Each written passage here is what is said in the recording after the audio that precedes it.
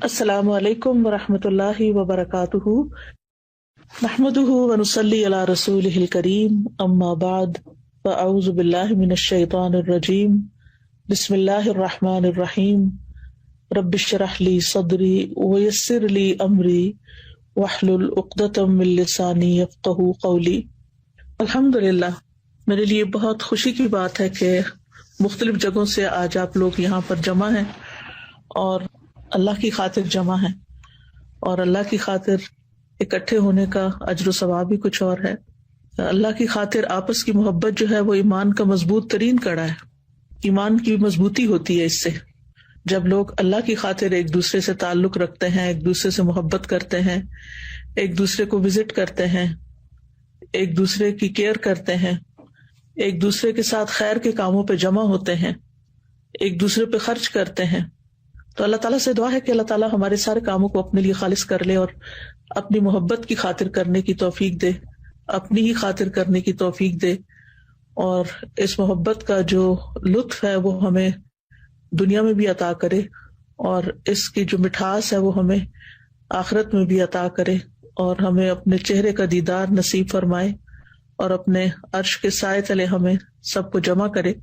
دنیا کے یہ فاصلے کوئی حیثیت نہیں رکھتے، کیونکہ انسان جب اللہ کی خاطر کسی سے محبت کرتا ہے تو چاہے وہ دنیا کے کسی بھی حصے میں ہو، کہیں پر بھی ہو، اور نہ صرف یہ کہ مکان کے اعتبار سے، زمان کے اعتبار سے، یعنی زمانے کے اعتبار سے بھی اگر صدیوں کا بھی فاصلہ ہو تو وہ بھی کوئی معنی نہیں رکھتا، جیسی ہماری صحابہ کرام سے اور تابعین سے اور تبع تابعین سے اور علماء امت سے محبت ہے، اور وہ بھی صرف اور صرف دین ہی کی وجہ سے ہے، اللہ ہی کی خاطر ہے۔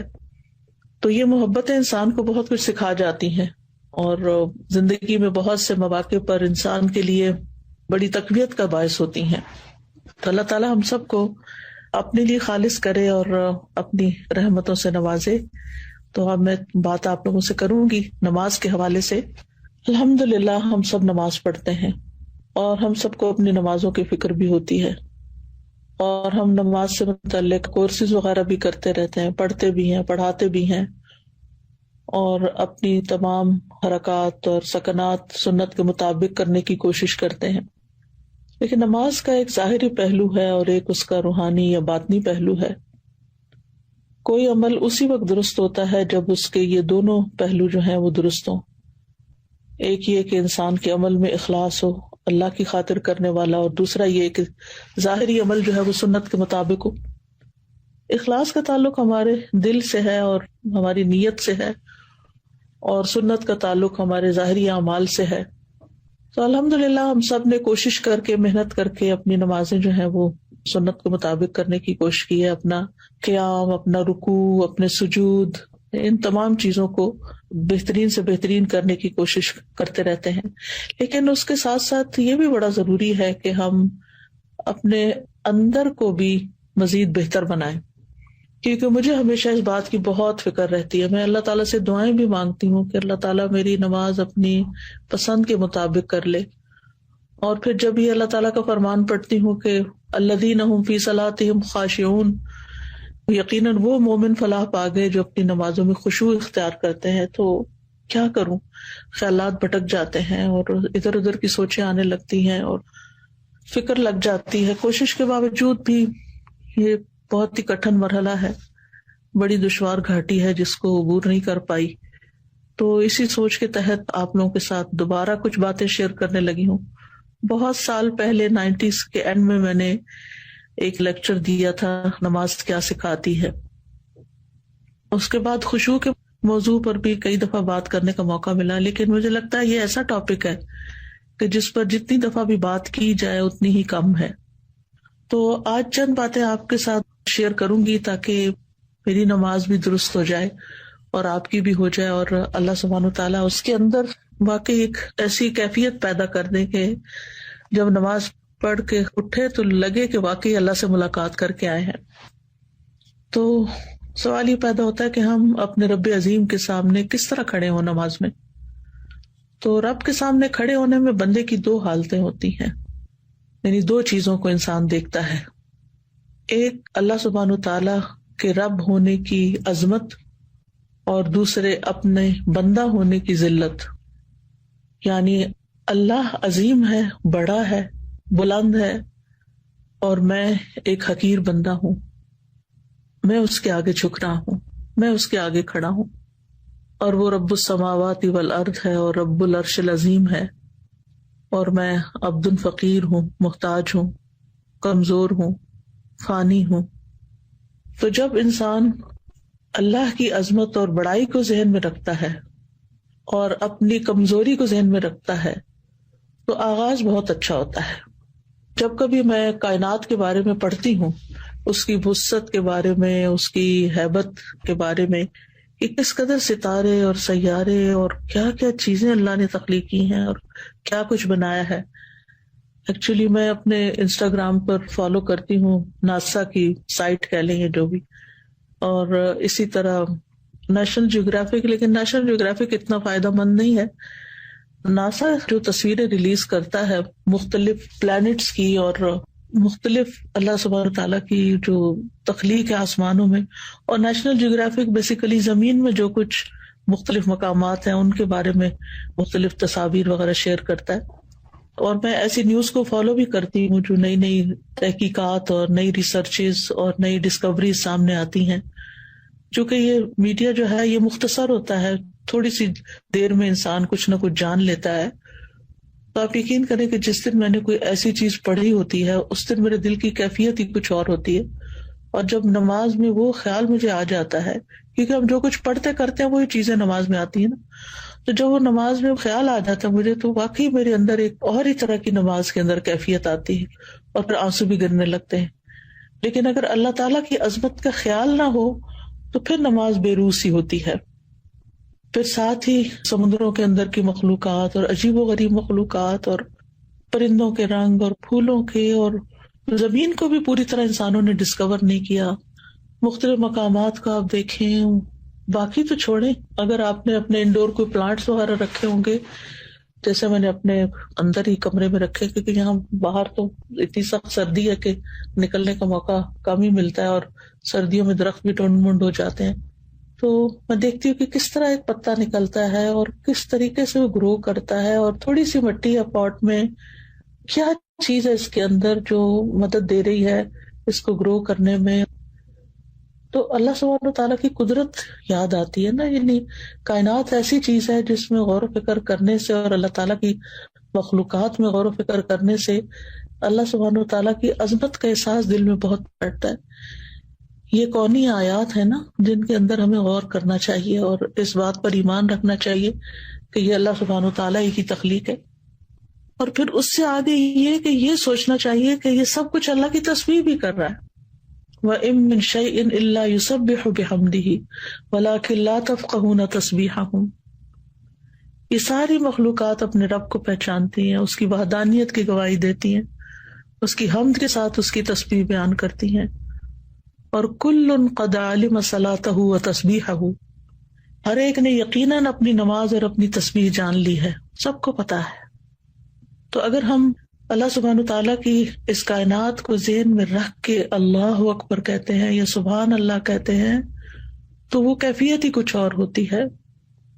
اللہ سبحانہ تعالیٰ اپنی مخلوقات کی مشابہت سے پاک ہے، اور ہماری عقل اللہ کی عظمت کا احاطہ نہیں کر سکتی اور نہ ہی اس کے علم کا. وَلَا يُحِيطُونَ بِشَيْءٍ مِّنْ عِلْمِهِ إِلَّا بِمَا شَاءَ. اور احسان کے درجے میں نماز پڑھنا ایسا ہے نا کہ جیسے آپ اللہ تعالیٰ کو دیکھ رہے ہوں. ہم دیکھ تو نہیں سکتے لیکن ایک احساس ہی ہے نا یہ، ورنہ وہ تو ہمیں دیکھ ہی رہا ہے. اور پھر اس بات کو بھی ہمیں سوچنا چاہیے کہ اللہ سبحانہ تعالیٰ اس بات سے بڑا ہے کہ مخلوقات اس کا حق ادا کرے. ہم اس کا حق ادا نہیں کر سکتے، ہماری عقل، ہمارا خیال اس کا ادراک نہیں کر سکتی. لا تدرکہ الابصار وہو یدرک الابصار. آنکھیں، نگاہیں اس کو نہیں پا سکتی، ہمارے دل کی نگاہیں بھی نہیں پا سکتی، اور وہ ہمیں دیکھ سکتا ہے ہر حال میں کہ ہم کیسے کھڑے ہیں. تو بہرحال ہم ہیں تو اس بات سے قاصر کہ ہم اللہ کی بڑائی کا صحیح معنوں میں حق ادا کریں اور احساس کریں. لیکن یہ ہے کہ بہرحال کوشش ہی ہے، اور اللہ سبحانہ تعالیٰ ہر شرک سے پاک ہے، ہر شریک سے پاک ہے، اور سب سے بڑا ہے. تو جب نماز شروع کریں اور اللہ اکبر کہیں تو بس ساری مخلوق نیچے اور اللہ سب سے بڑا، سب چھوٹے اور اللہ ہی بڑا. پھر اس کے بعد سبحانک اللہم و بحمدک و تبارک اسمک و تعالی جدک و لا الہ غیرک. پاک ہے تو اے اللہ اپنی حمد کے ساتھ، تیرا نام بڑی برکت والا ہے، تیری شان بہت بلند ہے، تیرے سوا کوئی معبود نہیں ہے. پھر جب سورۃ الفاتحہ پڑھیں تو پھر اللہ سبحانہ وتعالیٰ کی صفات پر غور کریں. بسم اللہ الرحمن الرحیم سے لے کر وللضالین آمین تک. جب ہم کہیں کہ الحمدللہ رب العالمین، تو پھر عالمین کا ذہن میں خیال جائے کہ ان سارے جہانوں اور ساری مخلوقات کو پیدا کرنے والا اللہ ہے، پالنے والا اللہ ہے، ان کی تدبیر کرنے والا اللہ ہے. پھر الرحمن الرحیم پڑھیں تو اللہ تعالیٰ کے فضل اور رحمت کو سوچیں. مالک یوم الدین کہیں تو قیامت کے دن کو یاد کریں، اور پھر وہاں جو اللہ سبحانہ تعالیٰ کا جلال ہوگا اور عظمت ہوگی اس کو محسوس کریں. پھر صراط الذین انعمت علیہم غیر المغضوب علیہم ولا الضالین، یہ جب پڑھیں تو انعام یافتہ لوگوں اور جو مغضوب علیہم ہیں، فاسق ہیں، گمراہ ہیں، ان لوگوں کے درجات کو دیکھیں کہ منافقین فی الدرک الاسفل من النار ہوں گے، اور انعمت علیہم جو ہیں وہ قیامت کے دن جنتوں میں الفردوس الاعلیٰ میں ہوں گے. ایک کہاں اور دوسرا کہاں، اتنا درجوں میں فرق ہو جائے گا. اگر ہم انعام یافتہ لوگوں کے رستے پہ چلیں گے اور نفاق سے بچیں گے، کفر سے بچیں گے، شرک سے بچیں گے، تو یہ مرتبے جاننا بھی بڑا ضروری ہے کہ کس طرح کچھ لوگ جہنم کے نچلے گڑھوں میں ہوں گے اور کچھ اتنے عظیم جگہوں پر ہوں گے. پھر اس کے بعد اللہ اکبر کہہ کے جب ہم رکوع میں جاتے ہیں تو پھر اللہ سبحانہ تعالیٰ کی عظمت کا احساس دل میں لائیں. سبحان ربی العظیم، سبحان ربی العظیم، سبحان ربی العظیم. یہ زمین اور آسمان میں جو کچھ ہے، ان کے سب خزانے اور آسمان اور زمین کے لشکر اور مخلوقات سب اللہ العظیم ہی کی ہیں. پھر اس کے بعد سمع اللہ لمن حمدہ، اللہ تعالیٰ کی تعریف. اور پھر دوبارہ جب سجدے میں جائیں تو اللہ تعالیٰ کی صفت علو جو ہے کہ اللہ تعالیٰ بلند ہے، بہت بلند. سبحان ربی الاعلیٰ کہتے ہوئے اس کی بلندی کو ذہن میں لائیں، اور اپنی پستی کو کہ ہم نے اپنا سر اور اپنا ناک جو ہے زمین پہ رکھ دیا ہے، اور اصل بڑائی تو اللہ ہی کے لیے ہے، اصل بلندی تو اللہ ہی کے لیے ہے. ہم تو کمزور انسان ہیں. جب اس احساس کے ساتھ انسان نماز پڑھتا ہے تو پھر انسان کے اندر سے تکبر بھی نکلتا ہے، اور یہ نکلنا بڑا ضروری ہے. جب تک انسان اپنے آپ کو بڑی چیز سمجھتا رہتا ہے تو پھر انسان کے ریلیشن شپ نہ تو اللہ تعالیٰ کے ساتھ درست ہوتا ہے اور نہ بندوں کے ساتھ درست ہوتا ہے. تو بہت ضروری ہے کہ ہم اللہ کی بڑائی دل میں پیدا کریں. جس دل میں اللہ کی بڑائی پیدا ہو جاتی ہے پھر وہ دنیا کی حقیر چیزوں سے متاثر نہیں ہوتا. دنیا کی کامیابیوں سے بھی اس کے دل میں کوئی بہت بڑی حسرتیں پیدا نہیں ہوتی کہ فلاں تو اتنا آگے چلا گیا دنیا میں اور میں پیچھے رہ گیا. کیونکہ اس کو پتا ہوتا ہے کہ میرے رب نے جو کچھ بنایا ہے آخرت میں ہمارے لیے، ہم سب کے لیے، وہ کہیں بڑا ہے اس دنیا کے حطام سے. پھر یہ کہ سجدے میں اللہ کے قرب کو محسوس کریں. رسول اللہ صلی اللہ علیہ وسلم نے فرمایا سجدہ کرتے ہوئے بندہ اپنے رب کے سب سے زیادہ قریب ہوتا ہے. یعنی اتنا نیچے ہوتے ہوئے اور اتنے چھوٹے ہوتے ہوئے پھر اتنا اللہ تعالیٰ قرب عطا کرتا ہے. سبحان اللہ، یعنی کتنی محبت اللہ کی دل میں پیدا ہو جاتی ہے. اور پھر اس وقت دعائیں کرنی چاہیے. نبی صلی اللہ علیہ وسلم نے فرمایا فَأَكْثِرُ الدُّعَاء، یعنی سجدوں میں کثرت سے دعا کیا کرو. پھر اسی طرح دوسری رکعت اور پھر تشہد میں اپنے گھٹنے زمین پہ رکھ کے انسان جب بیٹھتا ہے عاجزی کے ساتھ تو بہت بڑے بادشاہ کے سامنے ہم بیٹھے ہوتے ہیں. آپ دیکھیں کہ پہلے زمانے میں استاد کے سامنے بیٹھنے کا بھی طریقہ ہوتا تھا، جیسے جبریل علیہ السلام نبی صلی اللہ علیہ وسلم کے سامنے گھٹنے رکھ کے بیٹھے زمین پر. یہ ادب کا بیٹھنا ہوتا ہے. دنیاوی بادشاہوں کی یہ عادت رہی ہے کہ جب انہیں مختلف تحائف دیے جاتے ہیں یا ان کی تعریف کی جاتی ہے تو ان کے سامنے اسی طرح بیٹھا جاتا ہے اور بہت عاجزی کے ساتھ. تو اللہ رب العالمین جو ہے وہ تو سب سے زیادہ اس بات کا حقدار ہے کہ ہم اس کے لیے تحائف پیش کریں اور اس سے دعائیں کریں اور اس کی تعریف کریں.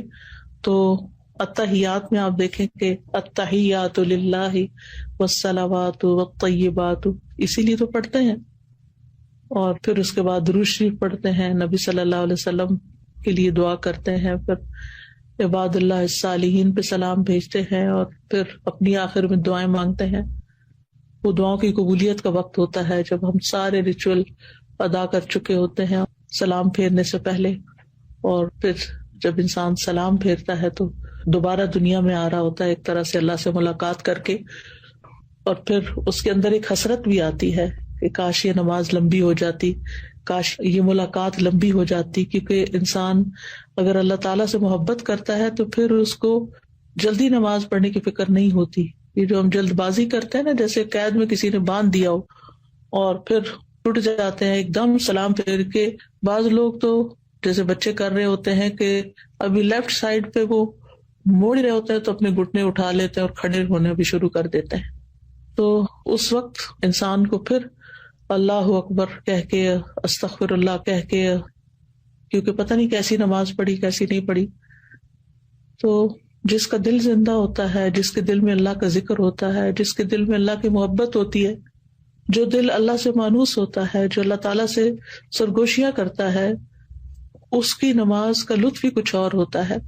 اور نبی صلی اللہ علیہ وسلم اسی لیے فرمایا کرتے تھے جب دنیا کے کاموں سے تھک جاتے تھے کہ اقیم الصلاۃ یا بلال ارحنا بہا, بلال اقامت کو اذان دو تاکہ ہم راحت پائیں. تو نماز دراصل ہمیں راحت پہنچانے کا ذریعہ, اور آپ اس کو محسوس کر سکتے ہیں. اگر آپ واقعی اس کا حق ادا کرتے ہوئے نماز پڑھیں تو آپ کو یوں محسوس ہوگا کہ جیسے آپ کی تھکاوٹ اتر گئی. فزیکلی بھی انسان اوپر نیچے ہوتا ہے, رکوع اور سجدہ جم کے کرتا ہے, اور پھر صحیح معنوں میں دعا بھی کرتا ہے. تو آپ اس کا ایکسپیرئنس کریں گے اور کیا بھی ہوگا کہ کس طرح آپ ریلیکس ہو کے اٹھتے ہیں, اور آپ کی ایک نرشمنٹ ہو چکی ہوتی ہے, اور روحانی طور پر بھی آپ اسٹرانگ ہوتے ہیں, فزیکلی بھی آپ ایکٹیو ہو جاتے ہیں, اور ایک عجب خوشی لے کے آپ اٹھتے ہیں جیسے آپ نے سارے بوجھ اتار دیے. اور یہ بھی ایک حقیقت ہے کہ جب انسان رکوع اور سجدہ کرتا ہے تو اس کے گناہ اس کے کمر پہ لا کے رکھ دیے جاتے ہیں, اور پھر وہ اٹھتا ہے تو وہ گر چکے ہوتے ہیں. تو نماز کے بعد وہ گناہوں سے پاک ہو چکا ہوتا ہے. تو اللہ سبحانہ تعالیٰ سے دعا ہے کہ ہمیں اللہ تعالیٰ نمازوں کا حق ادا کرنے کی توفیق دے, اور جو باتیں ہم نے کی ہیں ہمارے عمل میں لے آئے. اللہ سبحانہ تعالیٰ ہمیں اپنے مخلص بندوں میں شامل کرے, ان لوگوں میں جن سے اللہ تعالیٰ محبت کرتا ہے, اور ہماری نمازوں کو واقعی اللہ تعالیٰ ایسی نمازیں بنا دے کہ جو ہمارے حق میں حجت ہوں, ہمارے خلاف حجت نہ ہو. اور جب ہم اللہ تعالیٰ سے ملاقات کریں تو جس طرح اس ملاقات میں ہمیں ایک طرح سے خوشی نصیب ہوتی ہے, اللہ تعالیٰ وہاں بھی ہمیں اپنی ملاقات کے وقت خوش کر دے اور ہمیں بخش دے, یعنی ہمارا محاسبہ نہ کرے. اگر ہم اس دنیا میں اپنی نمازوں میں اپنا محاسبہ کرتے رہتے ہیں تو انشاءاللہ اللہ سبحانہ وتعالیٰ آخرت کے حساب کو آسان کر دے گا. تو یہ چند باتیں تھی میری طرف سے آپ کے لیے ایک تحفہ. الحمدللہ میرے لیے بہت خوشی کی بات ہے کہ مختلف جگہوں سے آج آپ لوگ یہاں پر جمع ہیں, اور اللہ کی خاطر جمع ہیں, اور اللہ کی خاطر اکٹھے ہونے کا اجر و ثواب بھی کچھ اور ہے.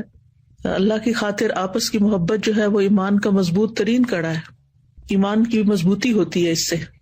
جب لوگ اللہ کی خاطر ایک دوسرے سے تعلق رکھتے ہیں, ایک دوسرے سے محبت کرتے ہیں, ایک دوسرے کو وزٹ کرتے ہیں, ایک دوسرے کی کیئر کرتے ہیں, ایک دوسرے کے ساتھ خیر کے کاموں پہ جمع ہوتے ہیں, ایک دوسرے پہ خرچ کرتے ہیں, تو اللہ تعالیٰ سے دعا ہے کہ اللہ تعالیٰ ہمارے سارے کاموں کو اپنے لیے خالص کر لے, اور اپنی محبت کی خاطر کرنے کی توفیق دے, اپنی ہی خاطر کرنے کی توفیق دے.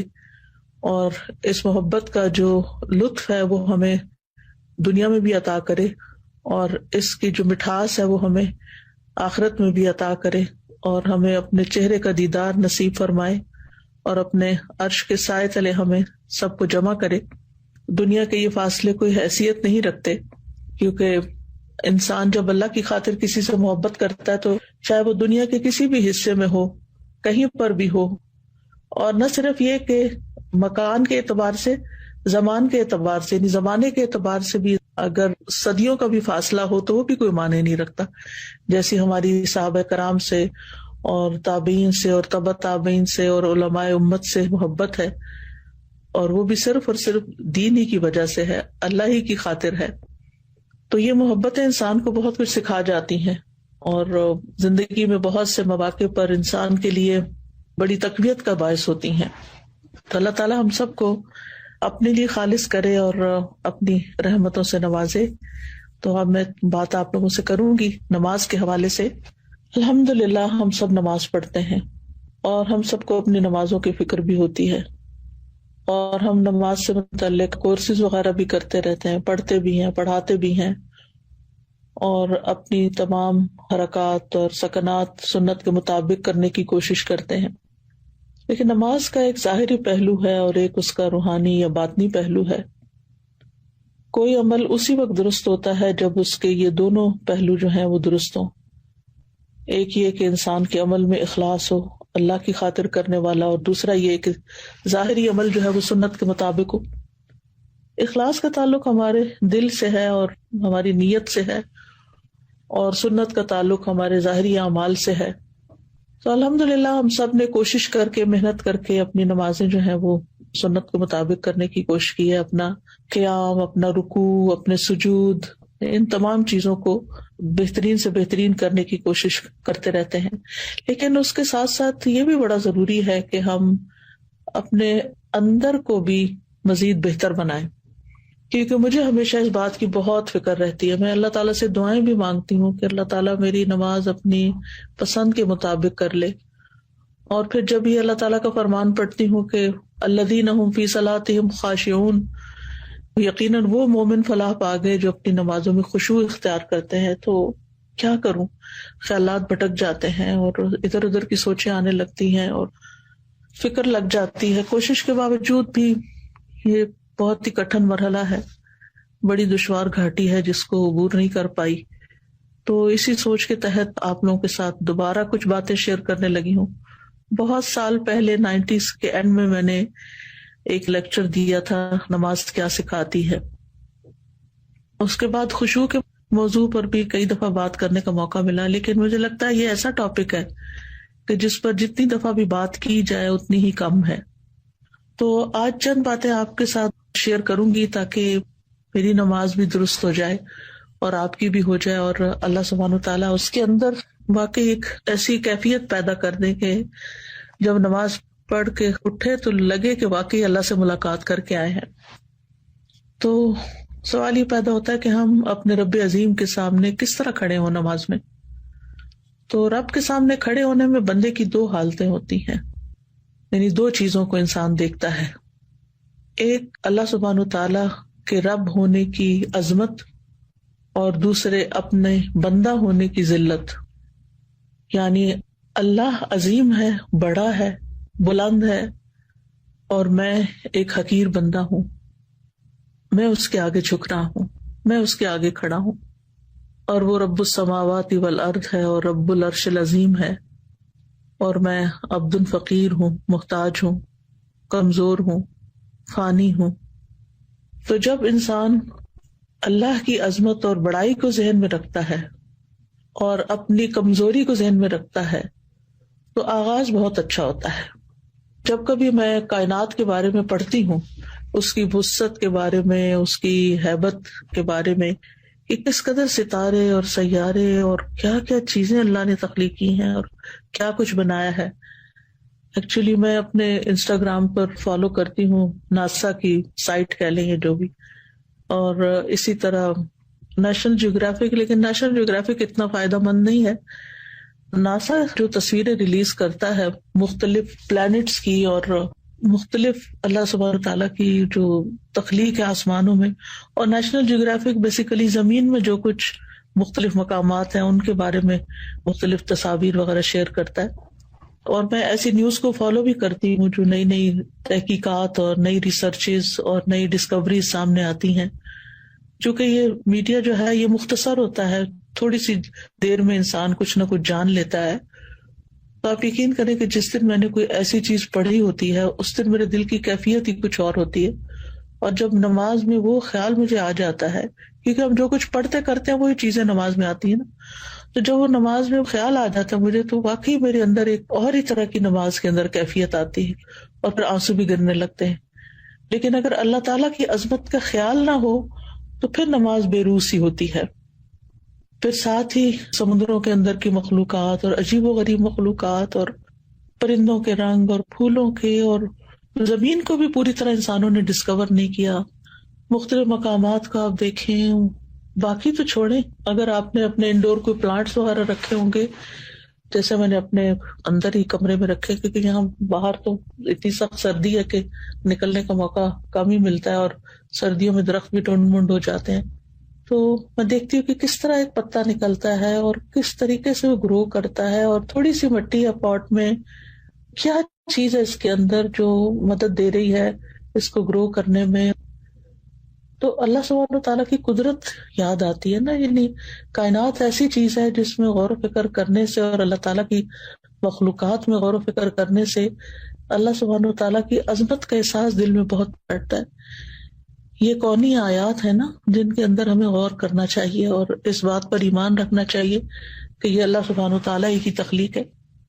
اور پھر اس سے آگے یہ کہ یہ سوچنا چاہیے کہ یہ سب کچھ اللہ کی تسبیح بھی کر رہا ہے. وَإِن مِّن شَيْءٍ إِلَّا يُسَبِّحُ بِحَمْدِهِ وَلَٰكِن لَّا تَفْقَهُونَ تَسْبِيحَهُمْ. یہ ساری مخلوقات اپنے رب کو پہچانتی ہیں، اس کی وحدانیت کی گواہی دیتی ہیں، اس کی حمد کے ساتھ اس کی تسبیح بیان کرتی ہیں. اور کُلٌّ قَدْ عَلِمَ صَلَاتَهُ وَتَسْبِيحَهُ، ہر ایک نے یقیناً اپنی نماز اور اپنی تسبیح جان لی ہے، سب کو پتا ہے.